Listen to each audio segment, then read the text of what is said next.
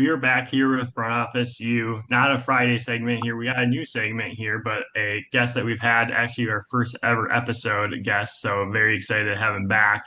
But before we turn it to him, I'm here with my co-host Ryan. This will be our Throwback Thursday segment. Ryan, how's everything going today?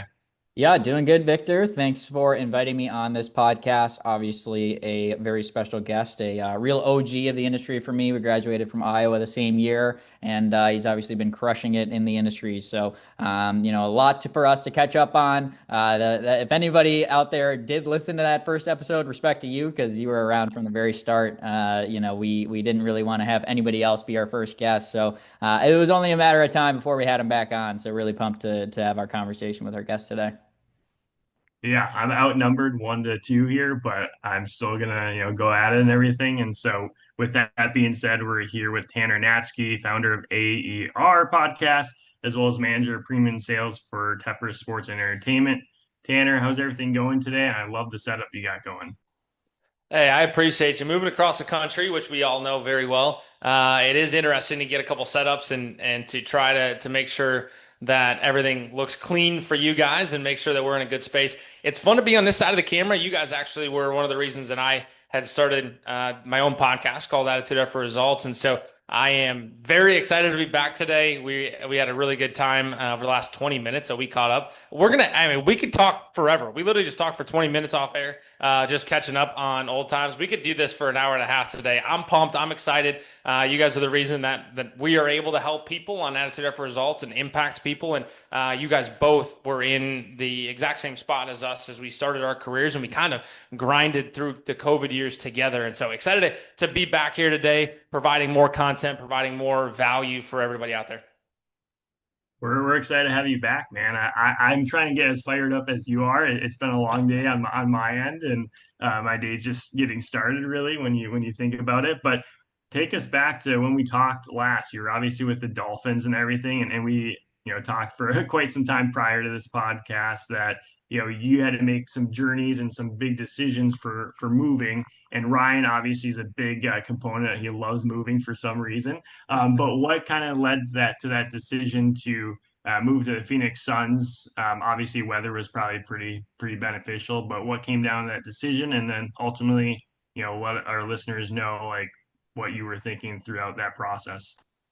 Yeah, so it's a really tough process. So moving from Miami all the way out to Phoenix, so across the country, and then back out to the East Coast here to be in Carolina, a really tough process. For me, there's a couple things that stand out in terms of how I make decisions. I have a decision matrix that I put everything on paper and rank them and then pin the two decisions against each other. So whether that was in Miami when I pinned the Miami Dolphins, either do I stay there or do I go to Phoenix? I write everything down, I rank them, and then I pin them against each other. So it's actually a pretty robust decision-making process. One of the things that I always have done in my career, and I always will do, Victor, and I love the question. I appreciate you allowing me to dive in here.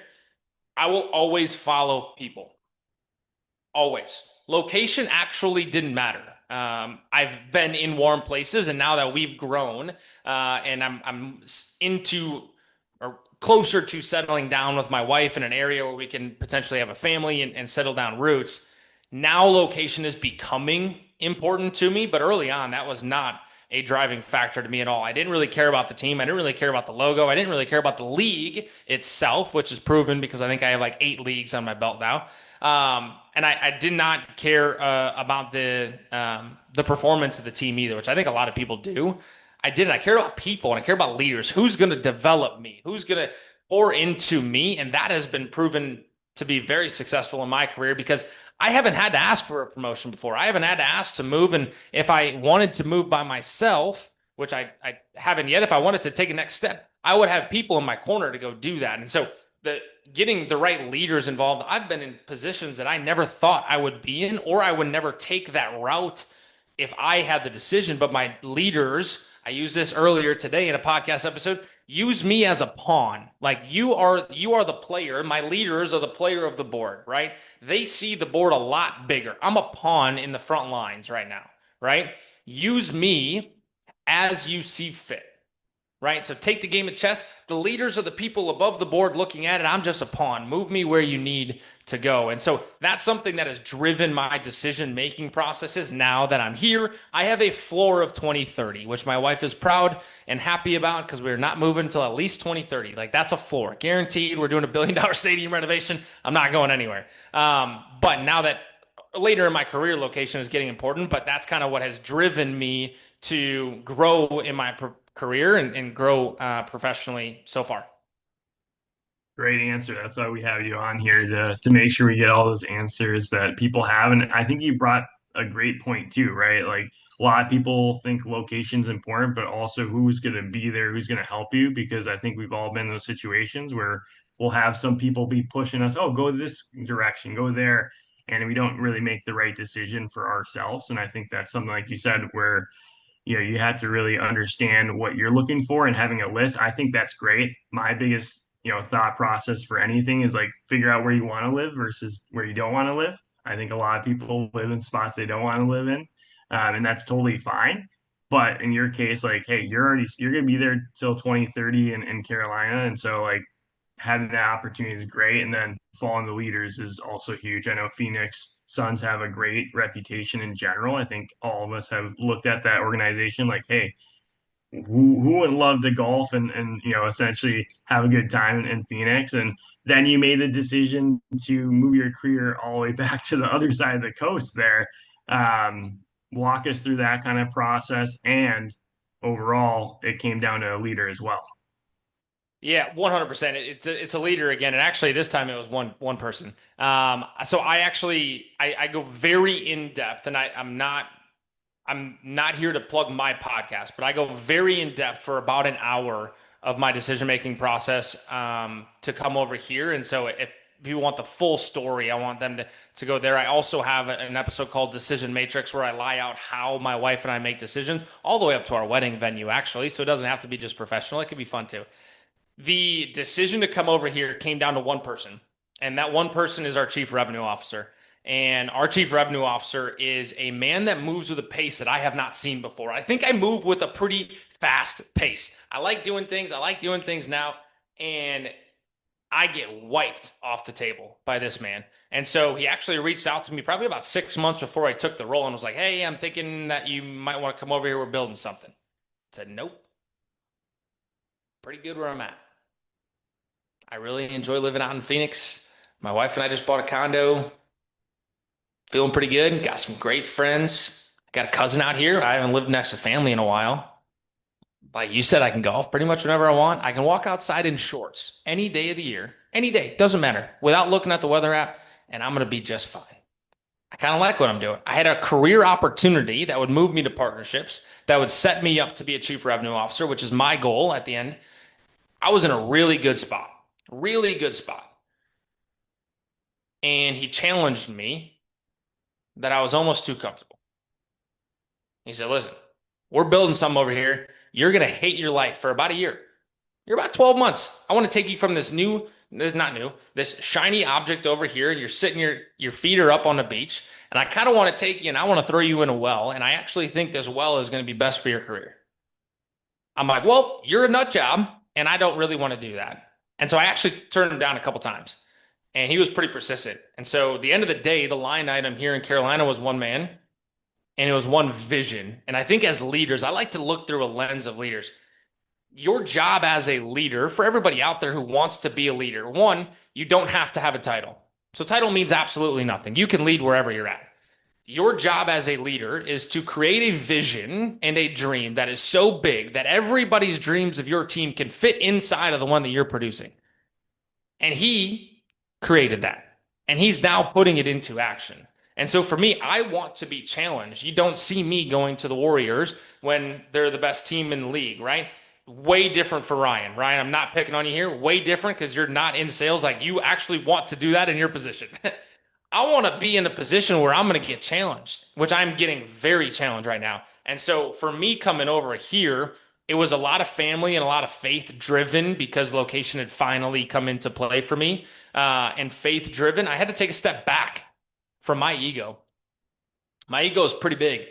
I had a really good job in Phoenix. I was about to go to partnerships. I'd already closed a couple partnership deals without ever having a partnership title, which not a lot of people can say. Not a lot of people jump from premium to partnerships, and that was going to be a massive opportunity for me. I was also going to keep the same vice president because he was actually moving from premium sales to partnerships as well, which almost never happens. In fact, I think it's only happened 4 times in sports ever. And I had a pretty big head on my shoulders. I had managed all of the courtside accounts in Phoenix. We opened up a Carbone restaurant where I sold over half of the memberships to this Carbone restaurant. I was living pretty good, but if I would have gotten promoted to partnerships, the story would have been about Tanner. And it would have been about only Tanner. And so God kind of challenged me, and my new leader here challenged me to say, hey, it's not really about you. The reason I do a podcast, the reason you do a podcast is not to put your face on the internet. It's about to help people. It's about how can we impact people? How can we give people the lives and the jobs and the careers that we have right now? Because it's kind of cool. It's kind of fun to work in this industry. We get to create memories, experiences that nobody has even dreamt about. And we get to walk into a stadium every single day and do that. Ryan, you get to go and lift in a weight room that D1 athletes use consistently, right? That's why we took this move, is because I needed to take a step back for my ego, which was really tough to do. And it actually led to about 4 or 5 nights in a row. It wasn't that long. It was only like 2 or 3 nights in a row of bawling my eyes out in my wife's arms, being like, I don't want to move. Like I don't want to leave. I absolutely love what I'm doing here. But if you can take a step back and look at the picture holistically, at the end of the day, I think I'm going to be in a better position. I know I'm going to be in a better position once this thing gets rolling. And I'm learning things right now that I didn't even know existed from a leadership perspective, and navigating conversations that are ones that I never had to deal with back there. So long-winded answer, but I hope that helps everybody out there in terms of making really tough decisions and some of the decision-making factors that went into it for me. Being uncomfortable is huge. I think we all tend to get in spots like you said too, where you're in a good spot. Like, why move? Like, it's same with the athlete. Like, if you're making bajillions of dollars, like, why move from a team that's doing well? And so I think it brought up a good point for you, like, throughout that is, don't just choose a team that's doing well, because they're not going to do well, during the lifetime that you're there. Like, that just, I mean, you look at Golden State, like, not to be mean, and they're probably gonna be in a little tough spot here next couple of years. And for you too, it's like it comes down to your family, your wife. Like, congratulations on getting married. Like, that's how long it's been since we've had you on the podcast. Both of us, So hey, don't shortcut yeah, yourself. Come on. it's not about me though. Like you said with the podcast, it's more about helping people, get in the sports industry as well as learn from our journey and everything. And out of everyone's journey, I'm going to pass around here to Ryan here to talk about, what you've been able to do with the podcast. Yeah, for sure. And yeah, so much good stuff that Tanner just mentioned. And what he said is a long-winded answer, but you guys should go back and listen to it because there's a lot of good stuff in there. You did say that you're not here to plug the AER podcast, but we are, because we're big fans of the AER podcast. I think we complement each other well. We both have, similar minded goals in terms of helping out other people. And obviously those listening to this podcast are very familiar with that at this point. But I do want to first kind of touch on, following up on some of the things you said there, Tanner, because I feel like so often I have conversations with people, and naturally so, since we're both, University of Iowa graduates. People will have a call. It's like, oh, I just had a call with Tanner Natzke. I'm like, oh yeah, I know Tanner. We've been friends for a long time. Graduated the same year. I feels like it was yesterday. We were, going out grabbing lunch before a sports management club meeting, and getting to know each other a little bit before things wrapped up for us in our college careers. But I just think that it's so interesting when I kind of look at both of our past, Tanner, because we both share the same passion and energy for wanting to work in sports and wanting to make an impact. I thought that was well said. You mentioning, not wanting to move and having some times where you got a little emotional. It was the same for me this summer. I changed teams and, women's college hockey. And it was one of the most emotional weeks that I've had in my entire life, was having to leave, Colgate and making the switch over here to Minnesota has been great. But I think in terms of our past, it's so so interesting to look at how we both have that same passion, but we were able to get there in different ways. For you, Tanner, you had so many different internships and opportunities. And in the first podcast we had you on, you kind of shared about those, and that kind of leveraged you to be able to get that first initial job with the Dolphins. But I think there's kind of a next step in that, that we can kind of hit on here that, okay, now congratulations, you made it here to the NFL and pro sports. But now you look around the room and, there's dogs everywhere. There's people that got here that they were hustling since, they were, early on in their college experience. And now you got to find a way. How do I move up? How do I kind of stand out? And you've touched on how there's other people around you in the leadership component. But what would you say, to give yourself some credit and to kind of talk you up a little bit? Like, you had to really kind of bust your ass a little bit to be able to stand out and move up and move around, because you look around in pro sports and there's, just hardworking people everywhere. What would you say to some people that are going in the route that you went? Let me work in pro sports right away. I'll start in maybe a little bit lower end role and then work my way up. But there's so much competition and so many people around you. How were you able to continue to stay in pro sports and continue to leverage that you were there to keep showing up and to keep growing your career, in a pro sports environment? I love the question again. Opens it up to something I'm super passionate about. So I appreciate that. I have three things for you. The first thing is you have to prepare. You have to mentally, physically, and emotionally be ready for the absolute shitstorm that you're about to. Can I swear in here? I'm sorry. Yeah. Oh, yeah, we do. You have to mentally, physically, and emotionally prepare for the absolute shitstorm that you're about to endure. Because this industry is not for the faint-hearted. Like, this is not a foo-foo, look at me, I wear a logo, and I work in the sports industry. I actually thought the logo was really cool until about working in the industry for about 2 months. And then I stopped wearing the logo everywhere. Like, I don't wear the logo out there unless I'm with family and friends, because I know they're not going to ask me about it. And that's half my closet now. But the first part is preparing, because even getting into the industry, while it is very difficult, I actually believe it's not as difficult, but I will succumb to everybody else who thinks it's the hardest thing in the world. Once you get in, people don't understand what it takes. So if you can understand what it takes and you are ready to go to absolute war with other people, this is a competition. This is mano y mano. There is one position available and there's probably 8 or 9 people chasing it. I am going to beat you. That's number one. You have to prepare because you have to be mentally ready to go to absolute war. The second thing is a very controversial topic. I've not brought it up in my podcast yet because I want to trial run it here today. And I just thought about this idea while you were asking the question. So thank you for giving me the opportunity. Politics is real in the sporting industry. Politics is real in the sporting industry. You don't have to be buddy-buddy with everybody, but you do have to work the system and you have to know how to play the system. And that's not a slimy or sleazy thing to say. That's understanding who makes decisions. So who in your organization is making decisions about leadership changes? Who is some of the smarter, or who are some of the smartest people in the room? And how long have people been there? Because politics is all about understanding where this organization was, where it's at, and where it's going. Because like we just talked about as a leader, if I can paint a vision for where I want this organization to go and it lines up with leadership, guess who's going to get the knock on the door when it's time, right? So I might not believe in everything that's being said. I don't have to agree. I have to align. Those are completely different. I don't have to agree. I have to align. We also like to say in terms of clients, treat everybody fairly, not equally. My partner who's spending $4 million a year does not get treated the same as my PSL owner who's spending 10 grand. 10 grand's a good amount of money. They're not equal. So I play the politics game very well.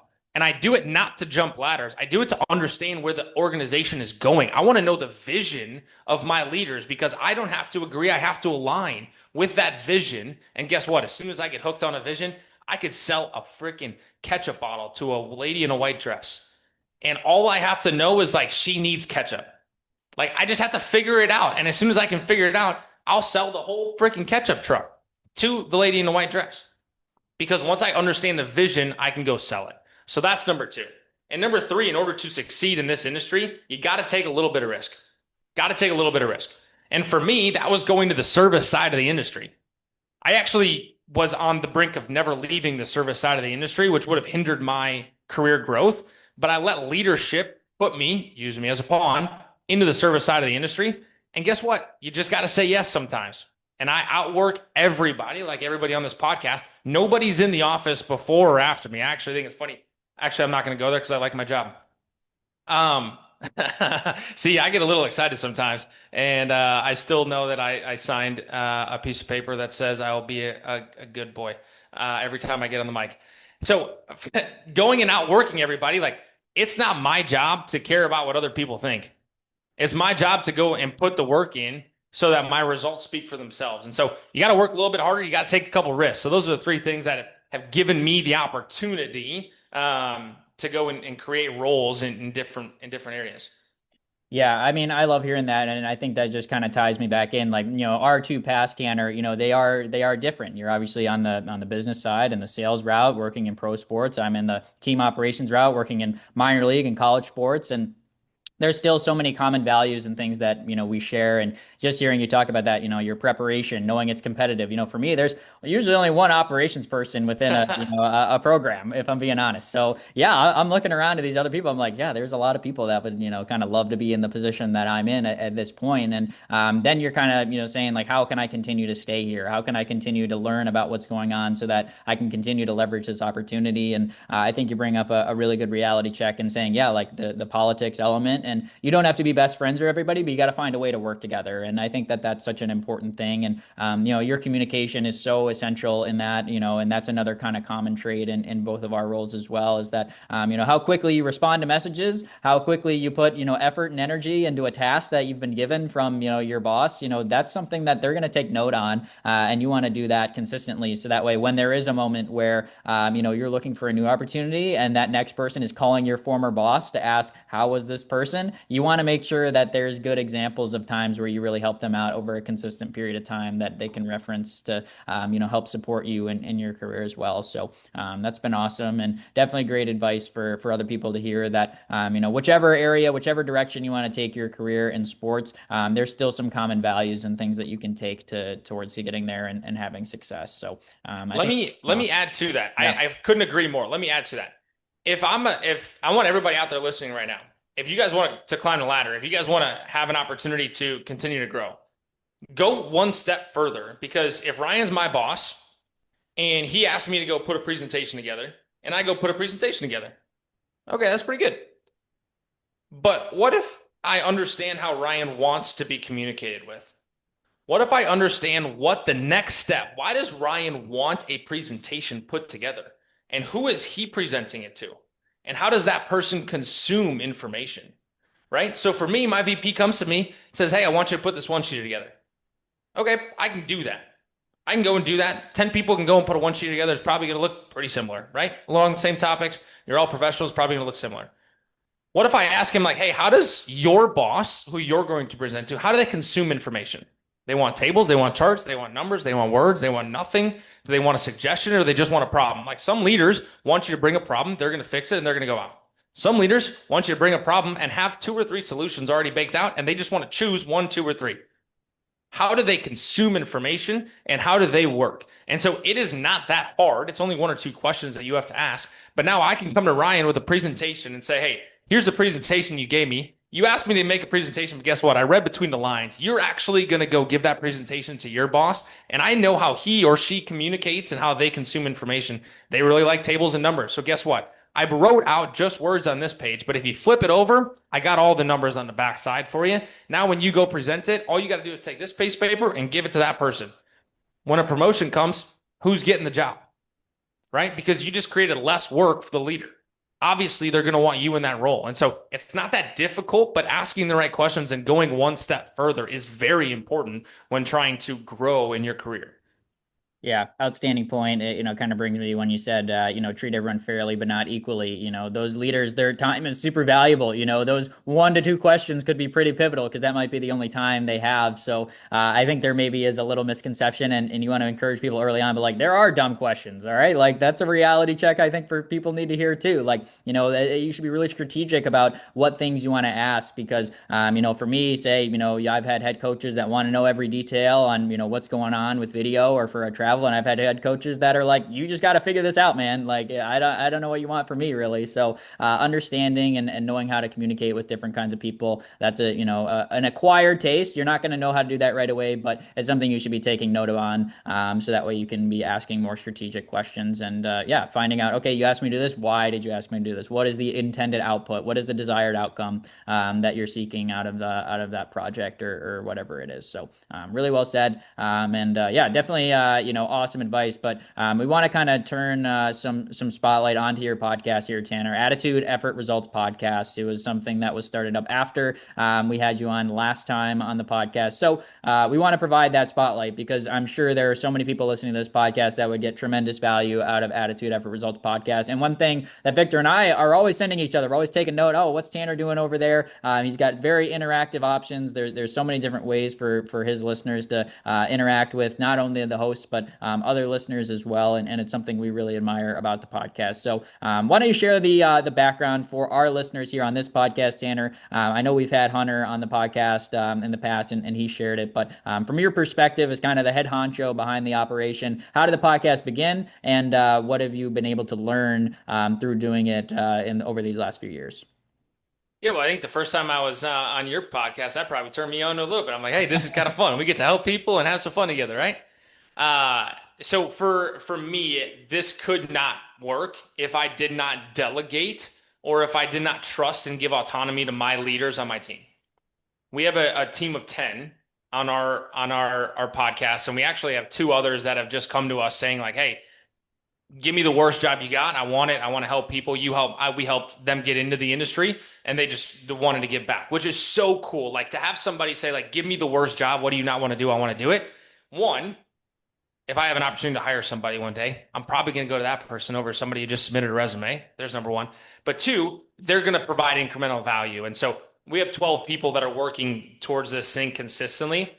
And I could not do it without them. We have a social media manager, and then Hunter actually heads all of our sales team as well. So for me on top, I'm the visionary. I'm the guy who gets on the mic. I'm the guy that Hunter and I write the episodes together, and we create and strategize together. The podcast has allowed me to think and see the world through a different lens. And that's what I challenge most of the listeners out there today. What do you need to do right now to see the world differently? Like you see the world from the lens that you've always seen it. I go and listen to an episode from somebody else, or I listen to yours, which I do consistently. I appreciate you guys doing this. Like we have conversations. I think about it differently. I think about conversations differently. I'm like, oh, that's a good podcast episode. Or, hey, this person wants to give back and they're a high level individual. What if I had them on the podcast? Right. And so I see the world differently. My mind works differently. I'm texting Hunter. I mean, Hunter gets way too many texts before 5:30 a.m. for me. He's like, dude, can you just let me sleep? But we think about how we can impact and change the world and change people and impact people differently. The podcast started, ironically, because I had so many people reaching out to me asking for advice. And every time I would tell them what I did in my job, everybody thought it was so cool and they wanted to get into it. And everybody was picking up on it pretty quickly. And that's not because I'm good at what I do. I think it's because a lot of people, I moved from Iowa to Miami, and it was, they're like, that's two different worlds. Like, why'd you move to Cuba? And so I started it ironically because I wanted people to stop reaching out to me. I was like, hey, stop reaching out to me. I got a job to do. Instead of saying the same thing 100 times, let me say the same thing once and go let 100 people listen to it. I thought that was the greatest idea ever. I'm a strong Christian, and I've never pushed faith, but I do believe, and I think God is hilarious, and I think he's up there laughing at us when we have plans. That was one of the times that he was laughing at me because he said, listen, once you create this, you're going to talk to more people, and you're going to say your story more times than you've ever thought you were going to say it again. And so it started out by trying to save time. I'm very time efficient. It has grown into something that I believe is a legacy. Because I can't fail. You can't fail if you don't stop. Failure only happens when you stop. So anybody out there, if you're learning the guitar, if you're trying to become a college basketball player, you can't fail until you stop. I got a buddy that I played D3 baseball with. He tried to get to the league. He was a very average baseball player, and he just tried to play in the MLB. He was 2 years older than me. He was 29 years old.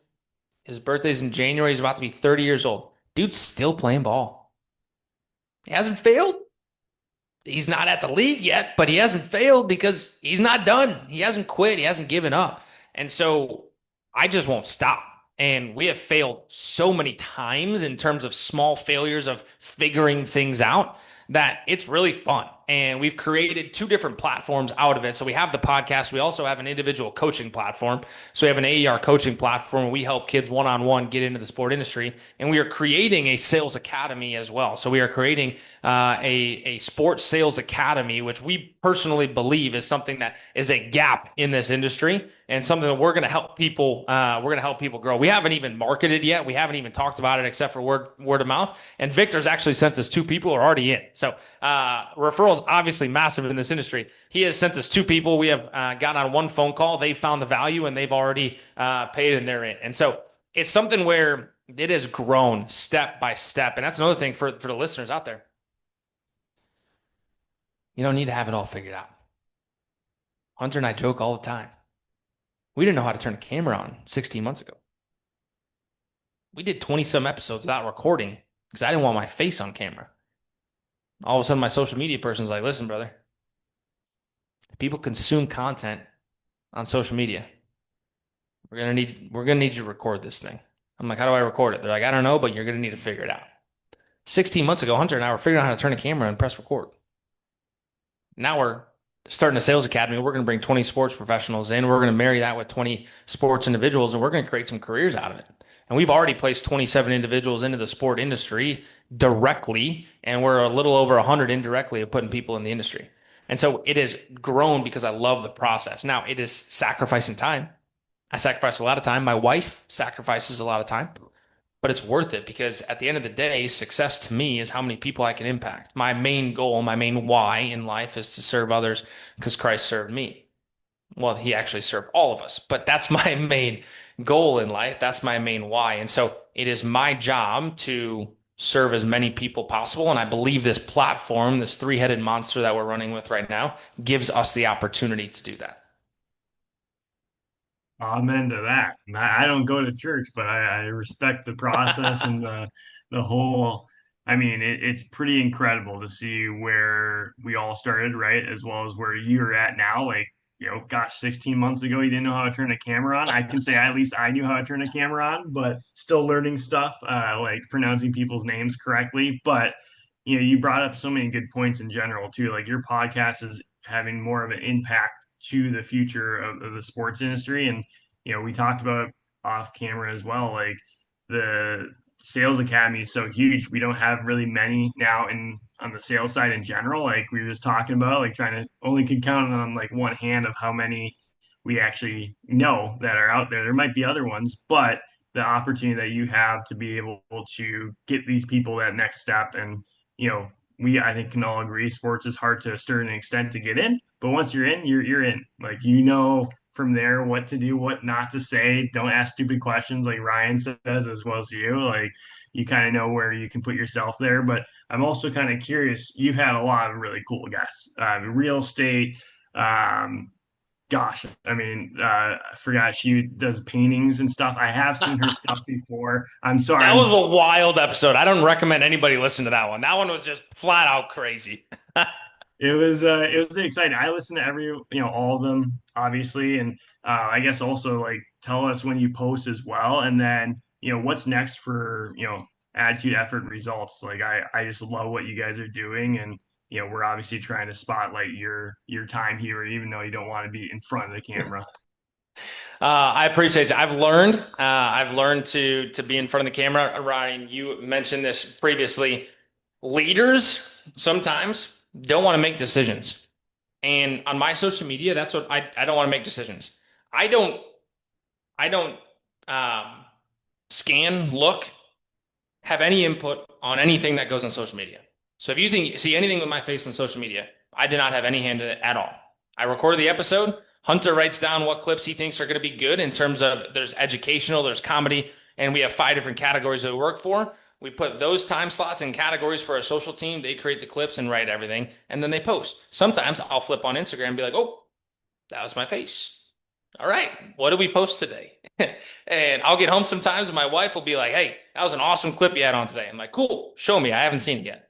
So, as leaders and as people who are looking to climb the ladder, sometimes leaders don't want to make decisions, right? We don't. I actually just had a meeting with my team today and we're starting to market for the sales academy. So you asked what's next for Attitude Effort Results. This sales academy is number one, number two, and number three priority for me. I have episodes recorded for about the next 4 months already that I have put in way too much time over the last 3 or 4 months because I knew that the academy and the NFL season were going to take up a lot of my time. And so prioritizing time is obviously important. I think I'm pretty good at doing that. That's one of my strengths.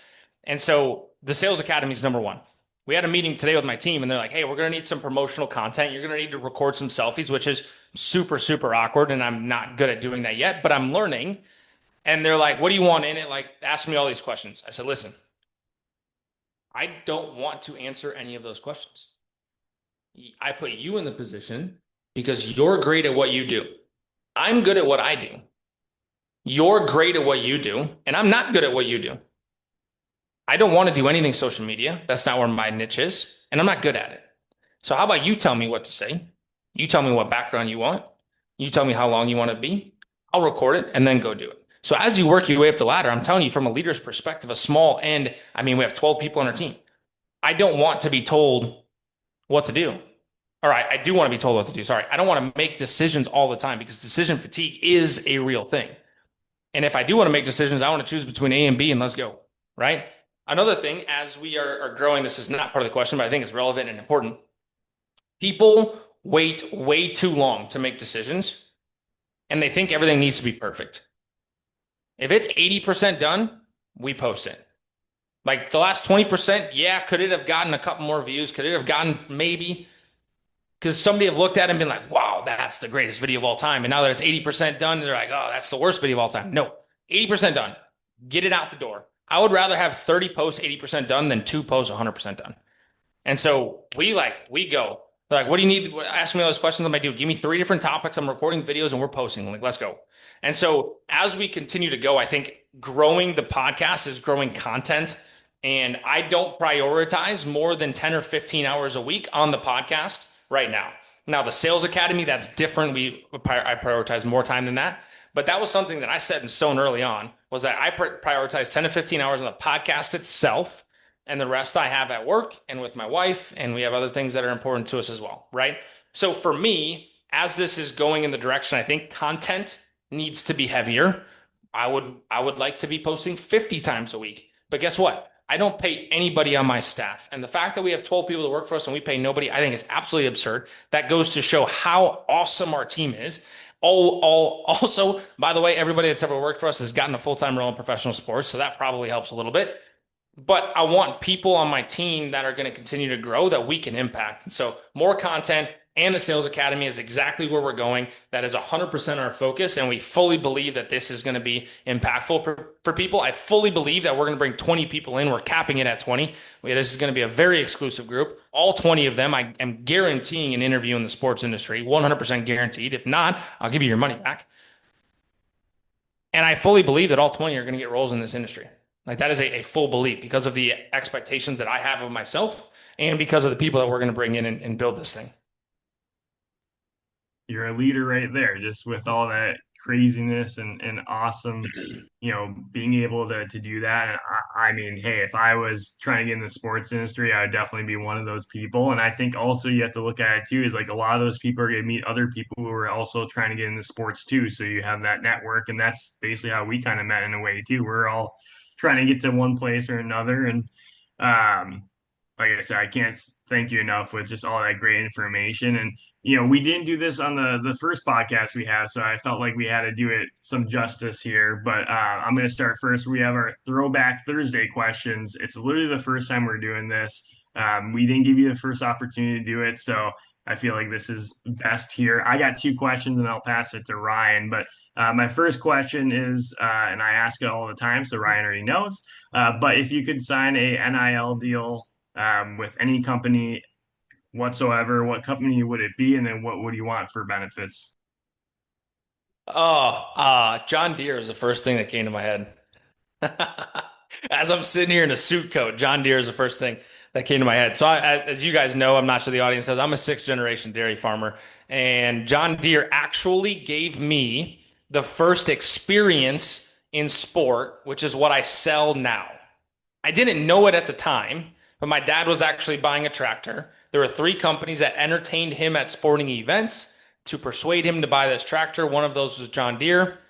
And I learned that that's what John Deere did because they had a box at the Packers. So we went to a preseason game. I learned that that's what my industry is later, but that was my first experience. And so I would want John Deere to be my NIL sponsor. Honestly, the assets don't care. I just want green and gold, baby, and I want to rep the brand that got me into this industry.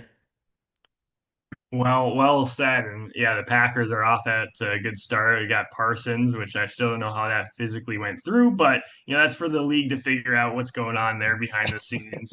My second question here before I pass it to Ryan is obviously you got married and everything. What's some advice? Because I'm obviously newly married. What's some advice would you give to people who just got married, especially when they're in the sports industry as well? Have challenging conversations consistently. It is one of the hardest things to do. Callie and I have a lot of challenging conversations, but they're in a controlled environment. And so we actually have a rule. We cannot raise our voice at all. As soon as one of us raises our voices, we step aside and we talk a different day because we are two grown adults going at a problem together. This is me and her versus the problem. This is not me versus her in anything. And so I sat next to a girl in Miami who actually is now engaged to Pat Spinoza, who owns a company with Josh Allen, has Like a Farmer podcast. I mean, if you haven't seen Like a Farmer podcast, you want to talk about having good guests on. I mean, he's had everybody. He's had John Daly on the podcast. He's had almost every country music star you've ever thought of. And he owns a company with Josh Allen, and he's now engaged to a girl that I sat right next to in Miami. She's a phenomenal person, by the way, and I'm happy for her. She sat next to me, and she was, at the time, going through probably a rough time in her relationship. And she's like, hey, how do you and Callie never have tough conversations? Like, you guys never argue, you never have tough conversations. I'm like, I don't know. Let me go ask Callie. So I go home that night and I asked Callie, I said, hey, why don't we have, because I actually believed her. I was like, I don't think we have tough conversations. And I'm like, hey, why don't we ever have tough conversations? Like, all couples fight. We don't have tough conversations at all. And she goes, oh, we have tough conversations all the time. She's like, we have tough conversations weekly. And that's why they don't seem that big, is because we have them consistently. And so I think that goes for relationships. I think that goes for professional, and I think that goes for personal friendships as well, is have tough conversations often and bring up scenarios, bring up situations where I said, like, when we were early on dating, Victor, I would come home at 7 p.m. and not have an event, just work late, come home, and she'd be pissed. Like, what do you mean? I was working, dude. Like, at 7 p.m., it's not that late. The next night, I would tell her that I was going to be home at 9:30 after an event, come home, and she'd be the happiest person ever. I'm like, what's going on here? Like, there's 2.5 hour differences. Like, in my mind, I thought I was giving her 2.5 hours. In her mind, it was all about expectations. And so we created a tough conversation, being like, okay, let's do this. Let's say I'm ready to close the sale, and they give me a call and I got to stay late. She said, okay, cool. Just text me. How about that? It's pretty easy today's day and age. Right. And so figuring out how they communicate, honestly, going back to the professional ladder as well, figuring out how they communicate, how they want to be communicated with is so important. And again, we have challenging conversations all the time, but I think that has been a massive driving factor, because if you're a significant other in this industry, I mean, you deserve more credit than the people working in this industry, because that is a tough, tough role. Well said. I know when I was with the Sounders, I was definitely like had to have those tough conversations because Mary's like, well, I literally see you 3 hours throughout the week. I'm like, hey, that's what you're gonna get. Off season, I got you, but in season, it's tough. And luckily I'm working from home, so she's like, I see you too much, and so hopefully switch that once the season starts. You'll say the opposite, but great answer to that. And obviously helps myself and others to realize that in general. So I'll pass it to Ryan here. Yeah, awesome conversation. There, definitely great advice for life in general, which I think we maybe could do more of on this podcast. So that was awesome. Question for you now, Tanner, for Throwback Thursday here. So, right now, busy time, NFL season going on. We just touched on that. Let's say we're fast forwarding here, off season, you get an off weekend. Where's somewhere that you and Callie want to go visit that you have not yet gone on a little vacation for just the two of you?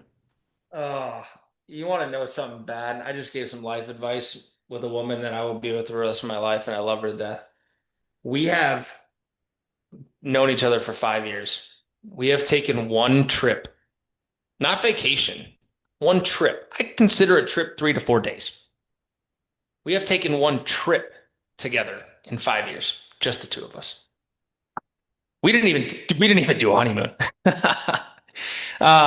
So if we had a weekend off, we would fill it with somebody and some experience.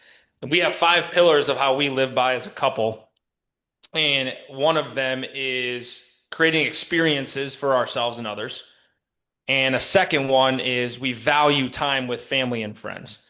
And so we are firm believers that you have to create a goal, anchor a commitment to that goal, and then anchor a habit to that commitment. And so the commitment of the family piece is we see my sister who moved to Raleigh, 2 hours north of us, and her parents who live an hour north. We see them each once a month. That's a commitment that we are creating, and a habit is then obviously going to see them, taking time to go do that. I'm not answering the question because I don't have an answer. I don't know what we would do.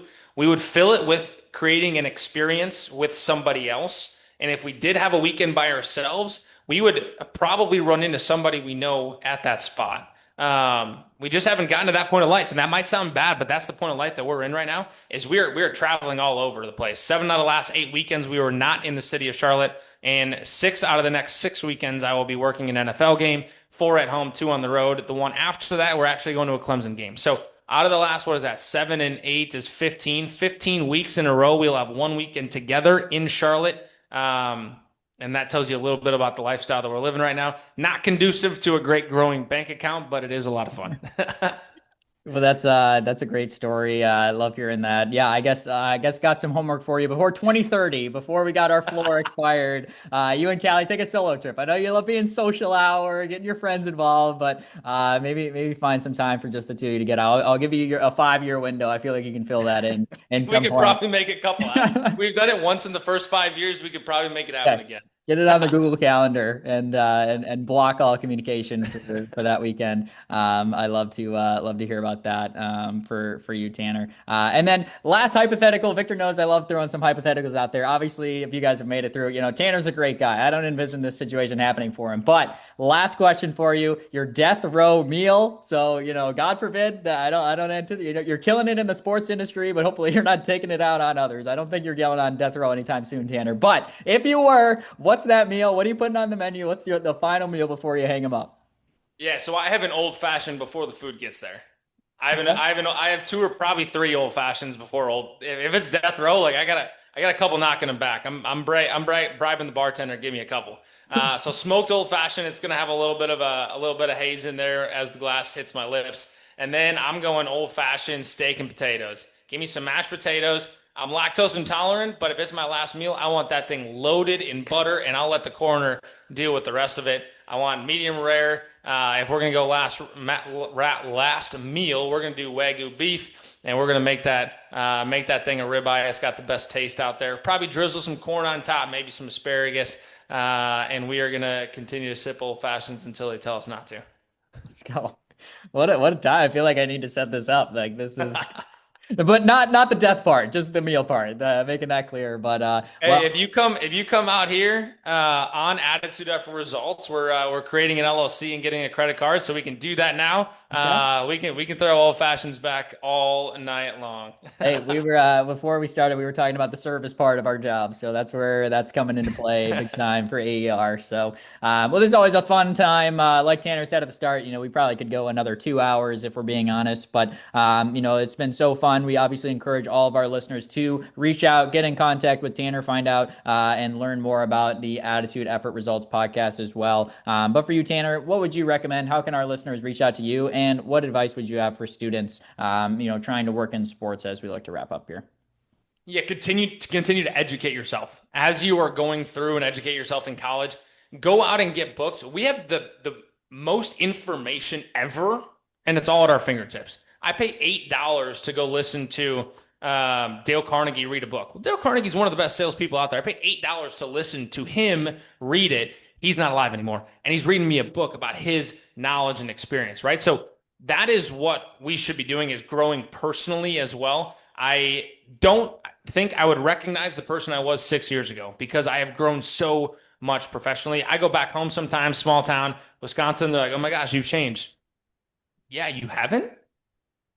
Like you haven't changed? It's been 6 years since I've seen you. I hope you've changed a little bit. So continue to grow personally as well. It is so important. And then how you can reach me, Attitude Effort Results on all social media platforms, except for Twitter. We tried it, didn't work. And so that's part of, hey, that one we did fail. We did fail on Twitter. We stopped. We did fail there. But Attitude Effort Results on all social platforms. You can also go to our website. We have one-on-one coaching on our website, and we're going to have all the details for the Sales Academy there as well. LinkedIn is probably the best one-on-one way to reach me. I will tell you right now, transparently, as soon as you reach out to me on LinkedIn, the first thing I'm saying is going to listen to the podcast because we value 10 to 15 hours a week on the podcast.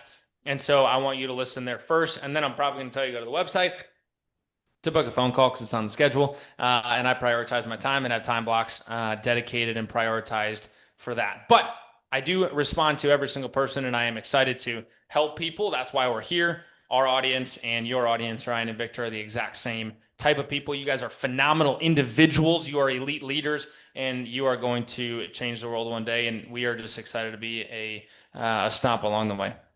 Yeah, right back at you, buddy. Appreciate that. And yeah, it's always a pleasure, and love getting to chat with you, and great that we're able to share it, this conversation with others. I think that, we've touched on the, our passion for making an impact on others. And, hopefully those listening to this podcast were able to get some value out of it. I know Victor and I did, even just in chatting with you here today. So thanks again to Tanner for joining us on this one. Thanks for Victor for hosting this one with me. Throwback Thursdays, we'll be getting a few more former guests. So let us know if you guys are enjoying this type of content. I think it'd be hard not to enjoy hearing Tanner get to talk. So go check out Attitude Effort Results. We'll throw the link in the description of this podcast, and be back again tomorrow with a Front Office You Friday episode. Keep your eyes out for that. Thanks again, everybody.